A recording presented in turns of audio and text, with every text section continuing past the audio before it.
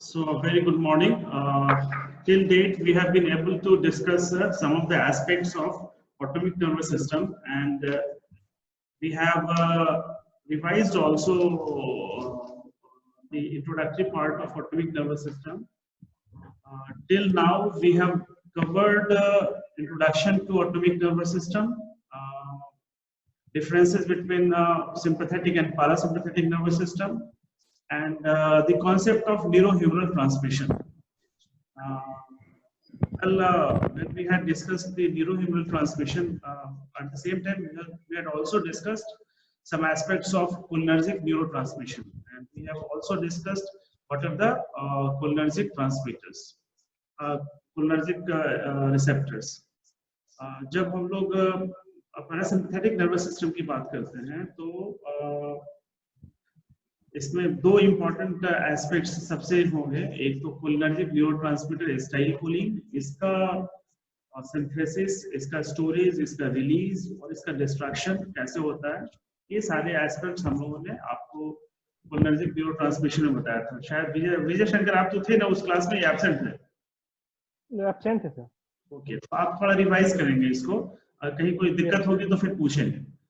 बहुत ज्यादा नहीं है इनका स्टोरेज, इनका synthesis, storage, release and destruction के सिंपल मैकेनिज्म से बहुत ज्यादा डिस्कस नहीं हुआ है। कोलिनर्जिक रिसेप्टर्स भी हम लोगों ने डिस्कस किया था कि दो इंपॉर्टेंट सब टाइप्स हैं, मस्कर्निक एंड निकोटिनिक।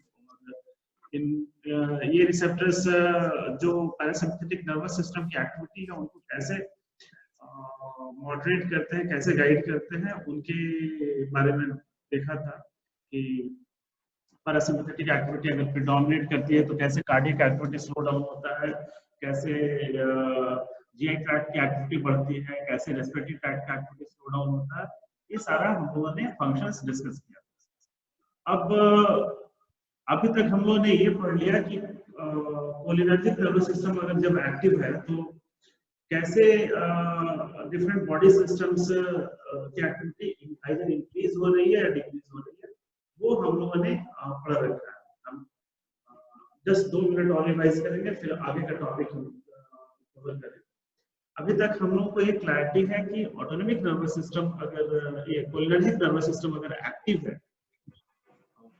बंदा अगर कोई पर्सन या एनिमल अगर रेस्ट में है तो उसकी कार्डियोवास्कुलर कार्डियक एक्टिविटी स्लो होगी या एक्सेलरेट होगा, ये हमें पता है। क्या होगा? पैरासिम्पैथेटिक नर्वस सिस्टम एक्टिव होगा तो हार्ट की एक्टिविटी स्लो होगी या फास्ट होगा? स्लो होगा। Right, very good. और सिमिलरली अगर डाइजेस्टिव सिस्टम पे क्या रोल है? डाइजेस्टिव सिस्टम की एक्टिविटी फास्ट होगा या स्लो होगा? फास्ट हो जाएगा। हाँ, तो डाइजेस्टिव सिस्टम एक्सेप्शन है कि डाइजेस्टिव सिस्टम का एक्टिविटी स्लो नहीं होता, फास्ट होता है, क्योंकि रेस्ट, जब भी हम रेस्ट कंडीशन में होंगे तो डाइजेशन अच्छा होता है, उन्हें ये फिजियोलॉजिकल नीड है। अकॉर्डिंगली जीआई ट्रैक्ट के मसल्स का कॉन्ट्रैक्शन होगा और GI motility, tone and motility बढ़ेगी, पेरिस्टाल्टिक एक्टिविटी बढ़ेगी। रेस्पिरेटरी ट्रैक्ट का एक्टिविटी स्लो होगा या फास्ट होगा? रेस्पिरेटरी ट्रैक्ट स्लो हो जाएगा, स्लो होगा, रेस्पिरेशन स्लो हो जाता है, ठीक है। और इस तरीके से अदर बॉडी सिस्टम्स पे भी हम कोरिलेशन देख सकते हैं। अब अभी तक हम लोगों को ये क्लियर है कि कोलिनर्जिक नर्वस सिस्टम अगर एक्टिवेट होता है, मतलब कोलिनर्जिक रिसेप्टर्स अगर एक्टिवेट होते हैं तो क्या क्या फंक्शन डिफरेंट बॉडी सिस्टम्स में होगा, हमको एक ब्रॉड आइडिया है। अब ये सारे फंक्शंस एग्जीक्यूट मीडिएट कैसे हो रहे थे? तो मीडिएट होते थे कि एसिटाइलकोलिन जो न्यूरोट्रांसमीटर है मस्कर्निक रिसेप्टर्स पे जाके बाइंड कर रहा है और मस्कर्निक रिसेप्टर्स को एक्टिवेट कर रहा है। अब दूसरा ये भी हो सकता है कि हम एसिटाइलकोलिन के जगह पे कोई एसिटाइलकोलिन के जैसा काम कर रहे हैं, जिसको हम कोलिनर्जिक एगोनिस्ट बोलते हैं। श्रुति बताएगी एगोनिस्ट किसे बोलते हैं? एगोनिस्ट क्या है? सर, जो ड्रग, कोई ड्रग है, सब्सट्रेट से बाइंड करता है तो रिजल्ट प्रोड्यूस करता है, तो उसमें अगर उसी का फंक्शन, मतलब कि अगर एगोनिस्ट होगा तो दूसरा ड्रग भी उसको इनहिबिट या एक्टिवेट करेगा अगर एगोनिस्ट होगा तो।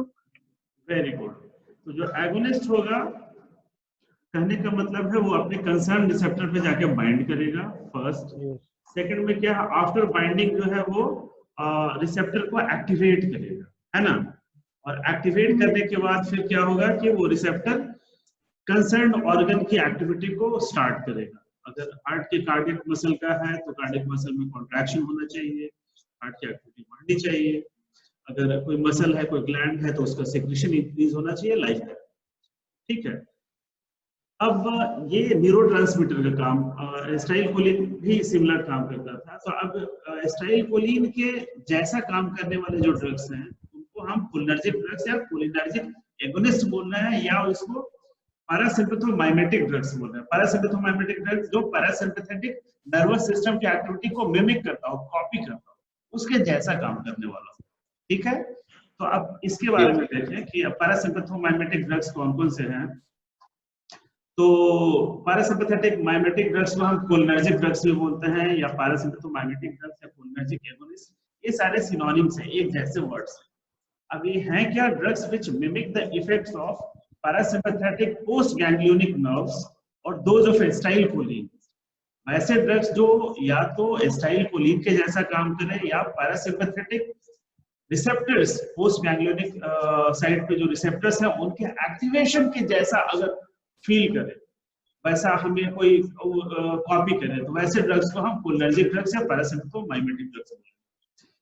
उनको हम कोलिनर्जिक ड्रग्स या पैरासिम्पैथोमाइमेटिक ड्रग्स को हम कोलिनर्जिक्स भी बोलते हैं, also called as cholinergics, cholinergic agonist और कोलिनोमाइमेटिक्स भी बोलते हैं।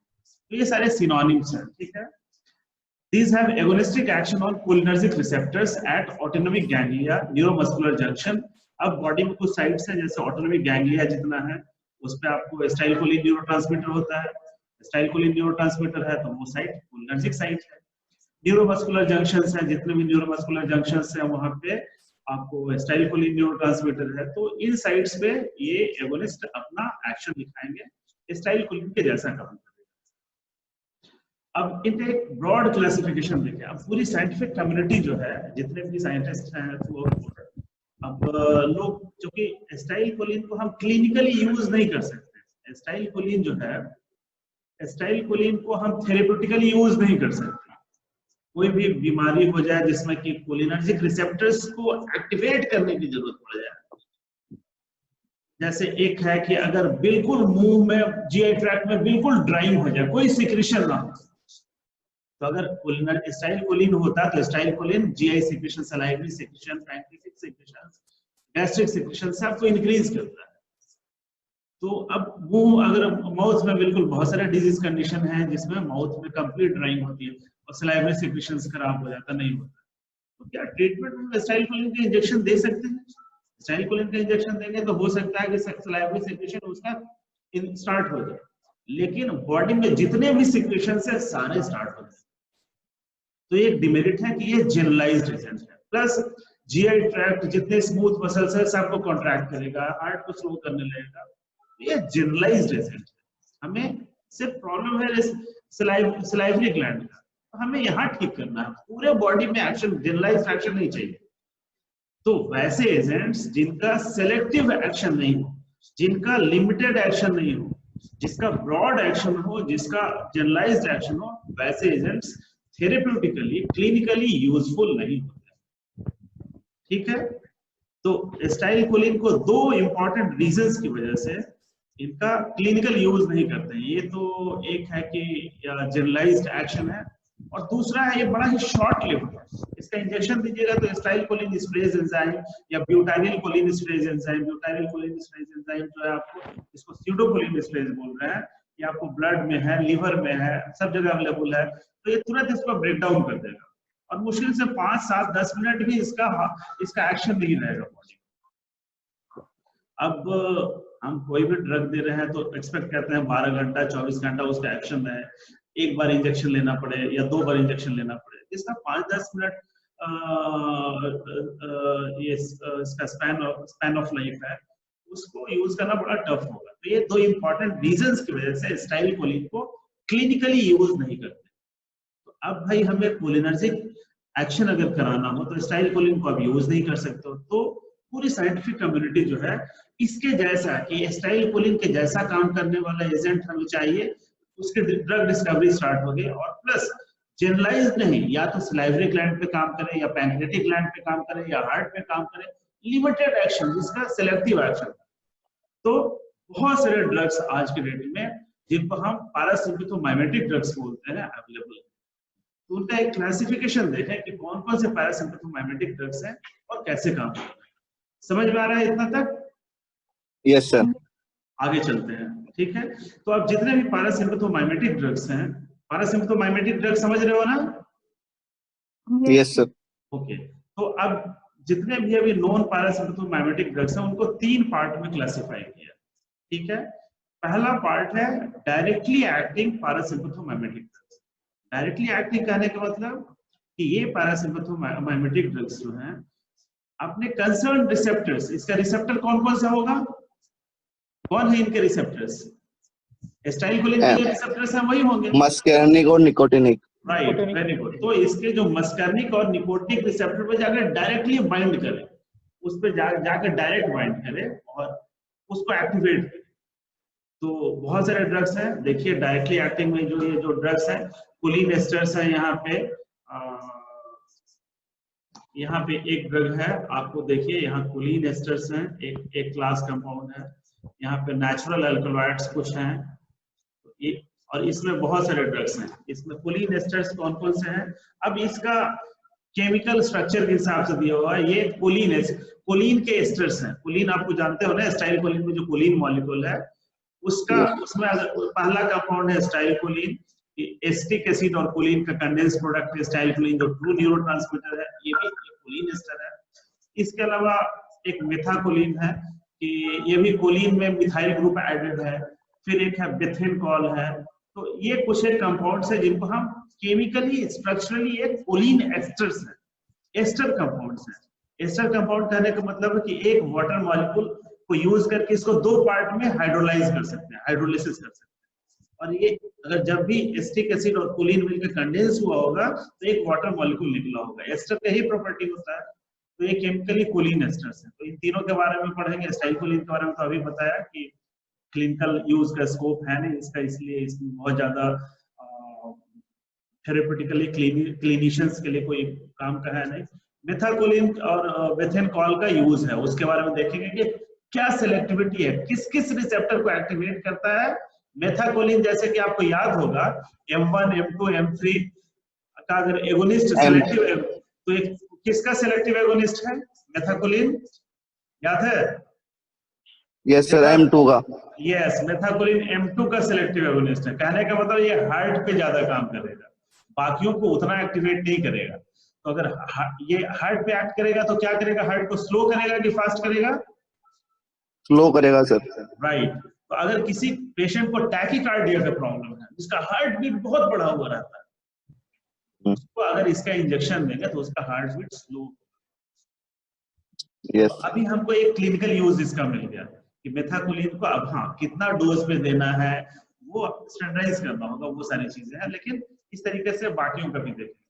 दूसरा कैटेगरी है नेचुरल अल्कलॉइड्स। नेचुरल अल्कलॉइड्स क्या हुआ? अल्कलॉइड्स जान रहे हो कि प्लांट्स में फाइटोकेमिकल, एक टाइप का फाइटोकेमिकल है जो नाइट्रोजन कंटेनिंग कंपाउंड्स हैं, जैसे बहुत सारे फाइटोकेमिकल्स हैं, अल्कलॉइड्स हैं। इसमें कुछ एक अल्कलॉइड, एक है मस्कैरिन, एक मशरूम प्लांट है अमेरिका मस्कैरिया,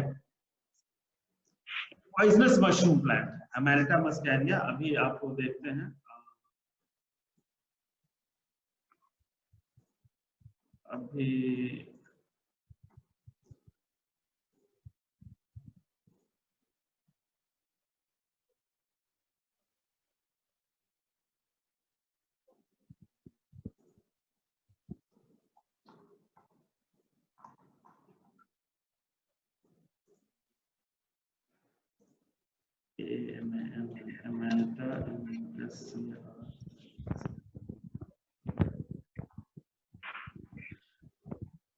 देखो ये प्लांट आपको स्क्रीन दिख रहा है? Yes yes. ओके, तो ये मशरूम जैसे दिख रहा है। एक देखो यहाँ पे इसका इमेज बड़ा करें।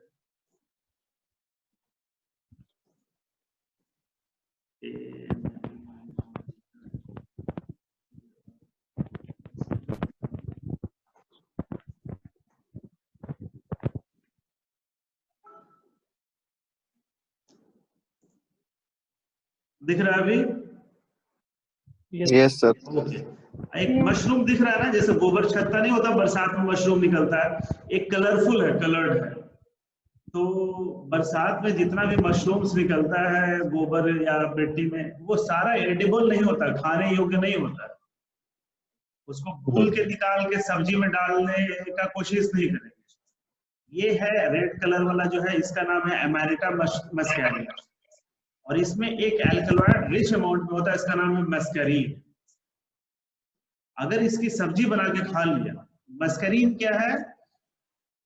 बस जितने भी मस्करनिक रिसेप्टर्स है उसका सेलेक्टिव एगोनिस्ट है, M1, M2, M3, M4, M5, इन पांचों को एक्टिवेट कर देगा, निकोटिन को नहीं करेगा। तो अगर इसकी सब्जी खा लोगे तो हार्ट रेट स्लो हो जाएगी, बहुत ज्यादा खा लोगे तो हार्ट रुक भी सकता है, डेथ हो सकती है, रेस्पिरेशन रेट स्लो हो जाएगा, जीआई ट्रैक्ट में मूवमेंट बहुत फास्ट हो जाएगा, यूरिनेशन बढ़ जाएगा।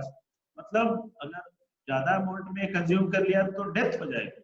इसलिए इसको पॉइजनस मशरूम बोलते हैं, हाईली पॉइजनस मशरूम है।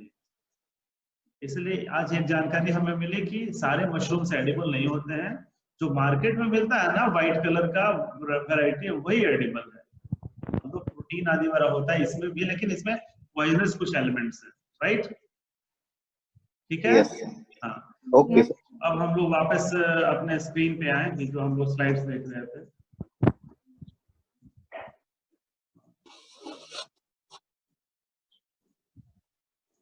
हाँ, तो अब एक क्लासिफिकेशन देख रहे थे कि नेचुरल एल्कलॉइड्स में एक है मस्करीन है, एक एल्कलॉइड है जो अमेरिका मस्कैरिया प्लांट से निकलता है।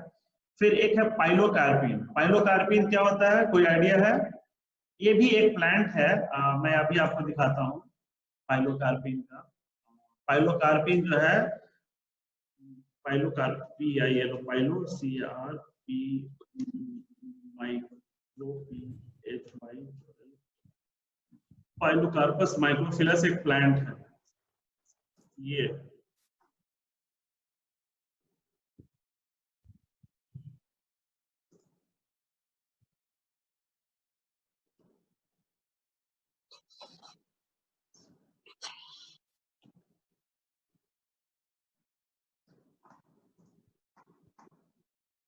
देखो इस प्लांट के कुछ फ्रूट्स हैं, कैसे कैसे इसके फल दिख रहे हैं। इधर इस साइड तो नहीं दिखता है, ये है पाइलोकार्पस माइक्रोफिलस एक प्लांट है। और इस प्लांट में के इसके सीड्स में, इसके लीफ में, इसके स्टेम में, सब में एक एल्कलॉइड पाइलोकार्पिन रिच अमाउंट में होता है। और अगर गलती से इसका खा लिया तो जो मस्करीन के जैसा एक्शन है, इसका भी एक्शन वैसा ही होगा। तो मस्करीन मोर जनरलाइज्ड एक्शन है, उसको ऑल 5 रिसेप्टर्स को एक्टिवेट करेगा। इसका कुछ लिमिटेड है, लेकिन ये भी पॉइजनस होगा अगर खा लेंगे तो। ऐसा नहीं कि जितने पेड़ पौधे हैं वो सेफ हैं और किसी को कंज्यूम कर सकते हैं, ऐसा बिल्कुल नहीं है। ठीक है, तो एक है एरेकोलिन। एरेकोलिन नाम सुना है? Yes, sir. कैसैली सुना है, जो पान में डाल के काट के खाते हैं, कैसैली? अरेका कैटाचू उसका नाम बोलते हैं, अरेका कैटाचू। Yes, sir. उसके नट में ये एक एल्कलॉइड होता है एरेकोलिन। अब कैसैली अगर मुंह में ले लो थोड़ा सा तो सलाइवेशन को प्रमोट करता, बढ़ जाता है सलाइवेशन। अगर थोड़ा सा मुंह में रखे रहोगे तो देखोगे सलाइवेशन, सलाइवा का सिंथेसिस, सिक्रीशन बढ़ जाता है। तो ये एरेकोलिन क्या करता है, आप ये पैरासिम्पैथोमाइमेटिक एजेंट है, तो सलाइवरी सिक्रीशंस को घटाएगा या बढ़ाएगा?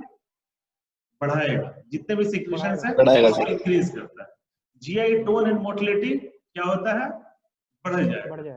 तो वैसे लोग जो पान खाते रहते हैं हमेशा, उसमें वो कैसैली खा रहे हैं और कैसैली में एरोकोलिन है, तो उनमें देखा जाता है कि जो लोग मतलब लाइफ टाइम पान खा रहे हैं कत्था डाल करके ये, और ये एरोकोलिन, ये कैसैली डाल के, तो उनमें पैरासाइट के इन्फेस्टेशंस, टेप वर्म या बहुत सारे पैरासाइट का इन्फेक्शन लोड कम रहता है।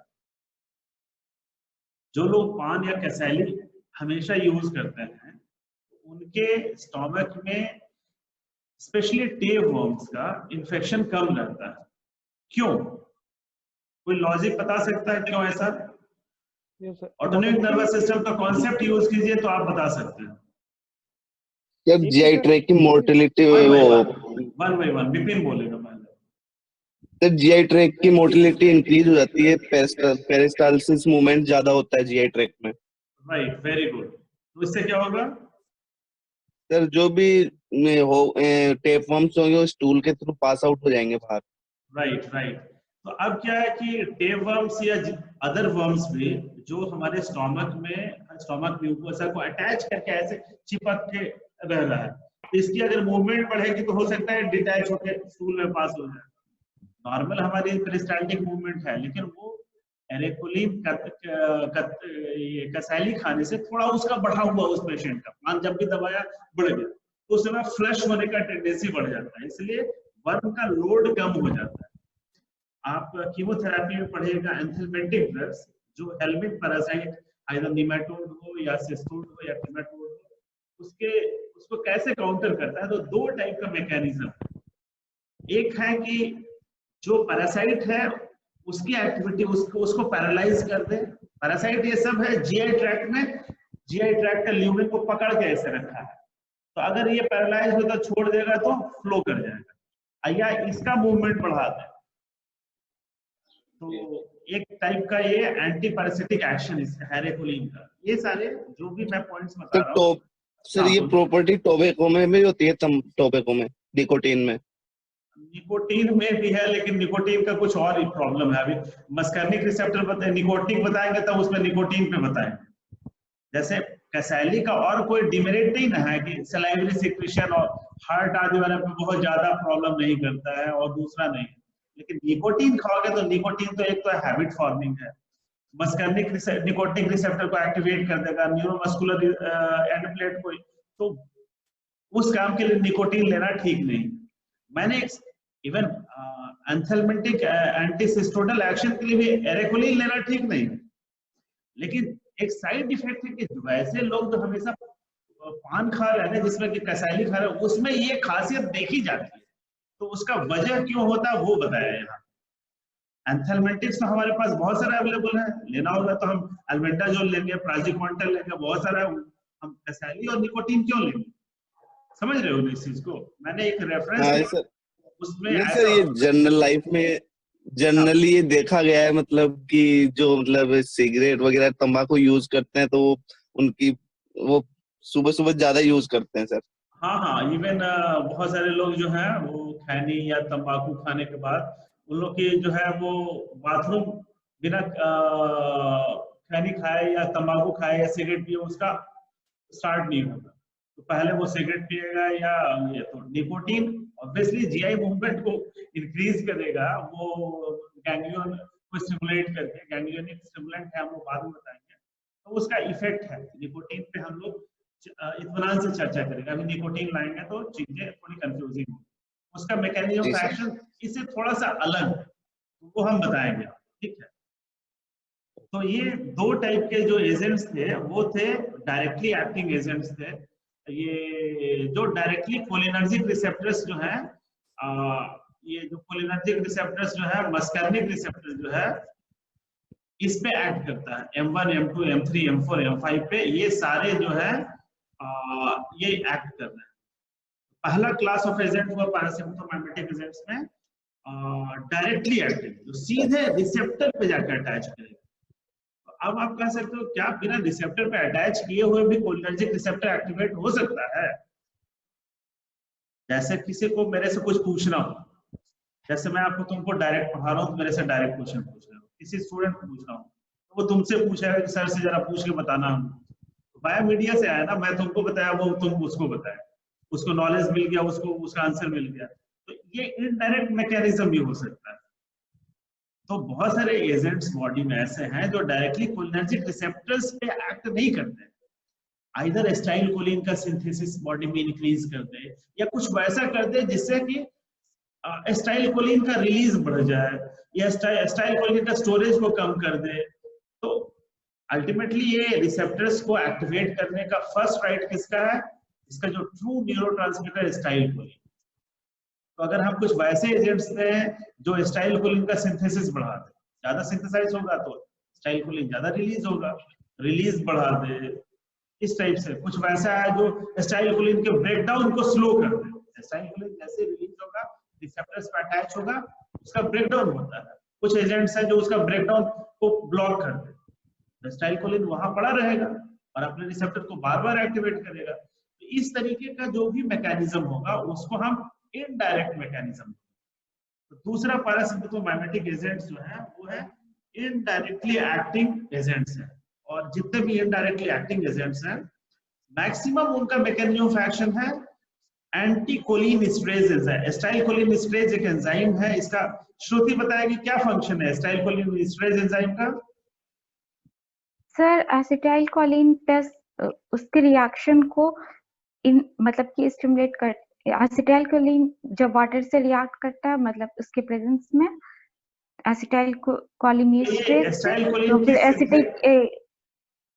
एसिटाइलकोलिन सिंथेसिस करेगा कि ब्रेकडाउन करेगा acetylcholine esterase enzyme. Acetylcholine esterase enzyme acetylcholine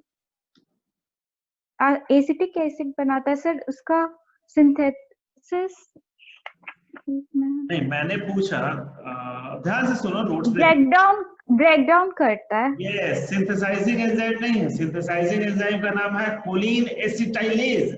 उसमें एसिटाइलेज रहेगा, एसिटिक एसिड ग्रुप को ट्रांसफर करेगा। ये है एस्टरेज, एस्टर बॉन्ड को ब्रेक करेगा, समझ रहे हो ना।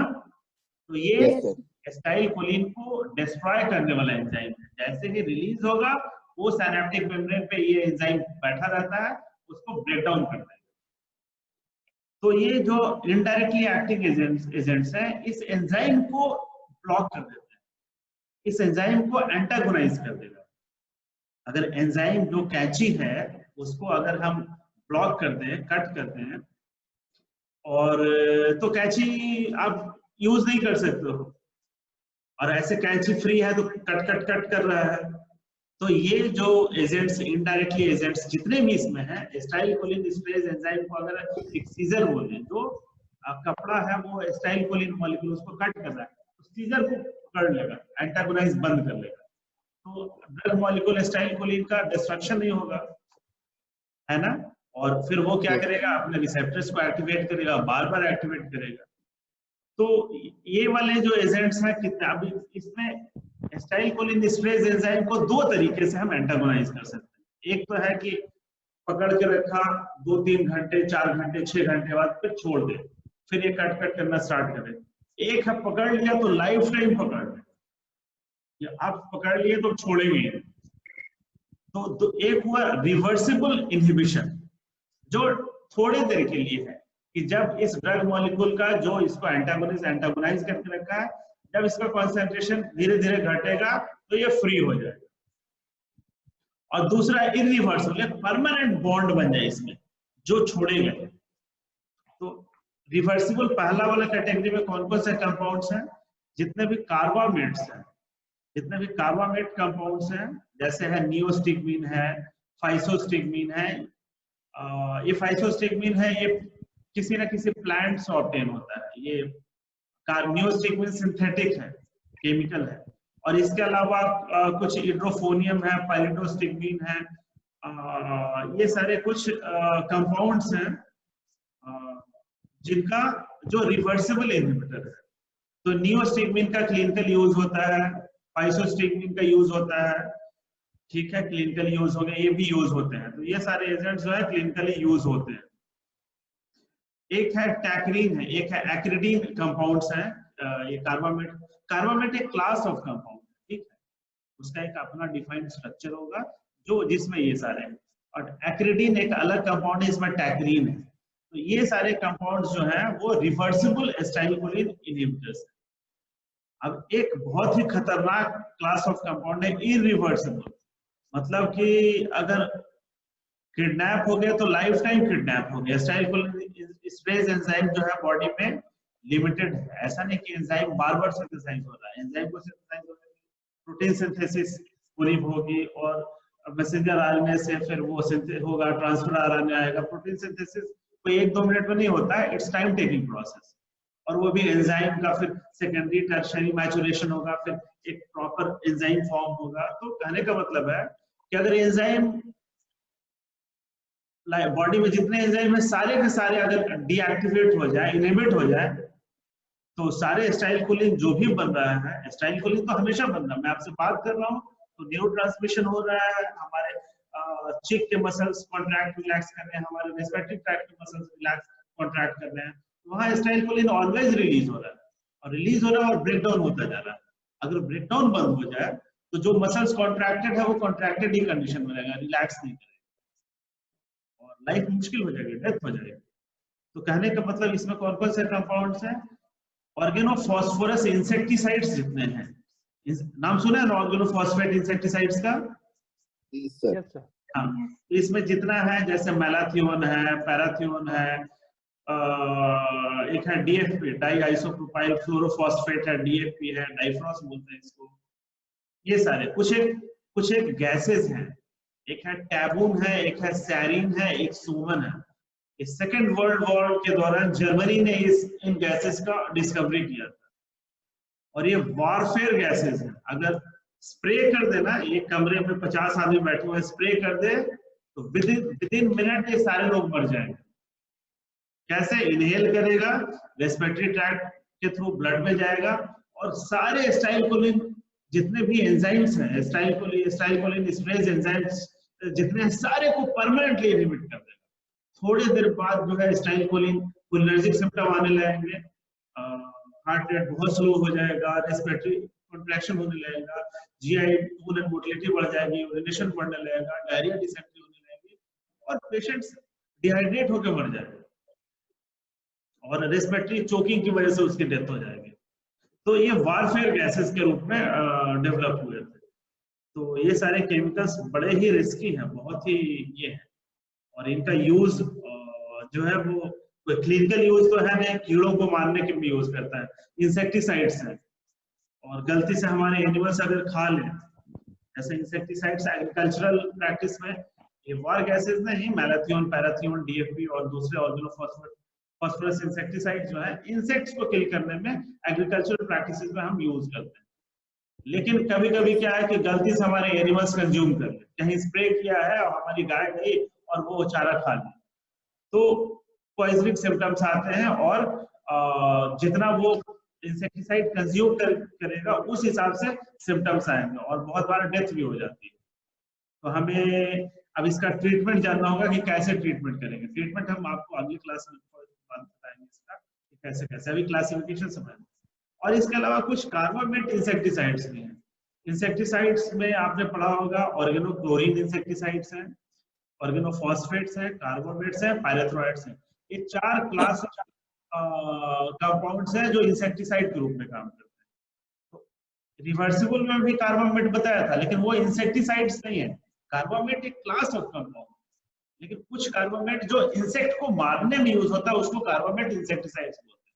जैसे इसमें है कार्बारिल है, कार्बारिल सेविन के नाम से ब्रांड नेम से आ रहा है, प्रोपॉक्सर है, बेगॉन के नाम से कीड़ों को मारने के लिए बेगॉन स्प्रे करते हैं। तो ये सारे जो है इरिवर्सिबल इनहिबिटर्स हैं जो परमानेंटली इनहिबिट करते हैं। तो क्लिनिकल यूज जो है इरिवर्सिबल इनहिबिटर्स का क्लिनिकल यूज का स्कोप नहीं। ट्रीटमेंट में कोई बीमारी का इलाज में हम यूज करें, एसिटाइलकोलिनर्जिक रिस्पांस तो हो जाएगा, लेकिन पेशेंट का जो है वो acetylcholine stress enzyme permanently inhibit हो जाएगा और डेथ हो जाएगी। तो क्लिनिकली इसका कोई स्कोप नहीं है क्लिनिकल यूज का। रिवर्सिबल यूज करते हैं, नियोस्टिगमिन, फाइसोस्टिगमिन, इब्रोफोनियम, हाइड्रोक्लोराइड, पायरोस्टिगमिन, ये सब जो है ये यूज करते हैं। और थर्ड कैटेगरी है गैंग्लियोनिक स्टिमुलेंट्स। जो निकोटीन बोल रहे थे ना, ये इनफैक्ट जो हमारे ऑटोनोमिक गैंग्लिया है ना, ऑटोनोमिक गैंग्लिया में जो न्यूरोट्रांसमीटर है वो है एसिटाइलकोलिन और उसमें जो रिसेप्टर है वो मस्कर्निक रिसेप्टर नहीं है। वो कौन सा रिसेप्टर है? निकोटिनिक रिसेप्टर है। आप याद कीजिए जब आपको क्लासिफिकेशन बताया था निकोटिन का N1 और N2, तो निकोटिनिक न्यूरोनल रिसेप्टर जो है वो ऑटोनोमिक गैंग्लिया में, ठीक है। तो अब उसमें जो है निकोटिनिक रिसेप्टर्स हैं और उनके एगोनिस्ट जो हैं, जो निकोटिनिक रिसेप्टर्स के एगोनिस्ट हैं वो है निकोटीन है, लोबेलिन है और एक है PTMA है, DMPP है। ये सारे जो हैं वो हालांकि बहुत ज्यादा क्लिनिकल यूज नहीं है कि आप गैंग्लिया को स्टिमुलेट करके पूरा जनरलाइज्ड ही एक्शन होगा, तो ये सारे टॉक्सिक एजेंट्स हैं। निकोटीन भी टॉक्सिक एजेंट है, कोई क्लिनिकल यूज नहीं है, हैबिट फॉर्मिंग है, लोग तंबाकू भी यूज करते हैं। तंबाकू कोई बीमारी के इलाज में तो तंबाकू डॉक्टर नहीं लिखता है कि 2 सिगरेट सुबह 2 सिगरेट शाम, 2 खाने के बाद 2 खाने के बाद, ऐसा तो कहीं नहीं सजेस्ट होता है। तो ये सारे हैबिट, एक तो हैबिट फॉर्मिंग इसका एडिक्टिव प्रॉपर्टी है, नार्कोटिक एजेंट्स है, तो क्लिनिकल यूज का स्कोप नहीं है, तो ये भी बेकार वाले हैं, टॉक्सिक है। हमारे काम का इतना पूरा पढ़ने के बाद आया डायरेक्टली एक्टिव में कोलिन एस्टर्स, नेचुरल अल्कलॉइड्स हुए, और रिवर्सिबल एजेंट्स में आपके जो है कार्बामेट्स और एक्रेटिन, यही हमारे क्लिनिकली यूजफुल कंपाउंड्स हैं, जिसके बारे में हम डिटेल में पढ़ेंगे कि कौन सी बीमारी में आप मेथाकोलिन यूज करोगे, तो कौन से में आप पाइलोकार्पिन यूज करोगे, इसके बारे में।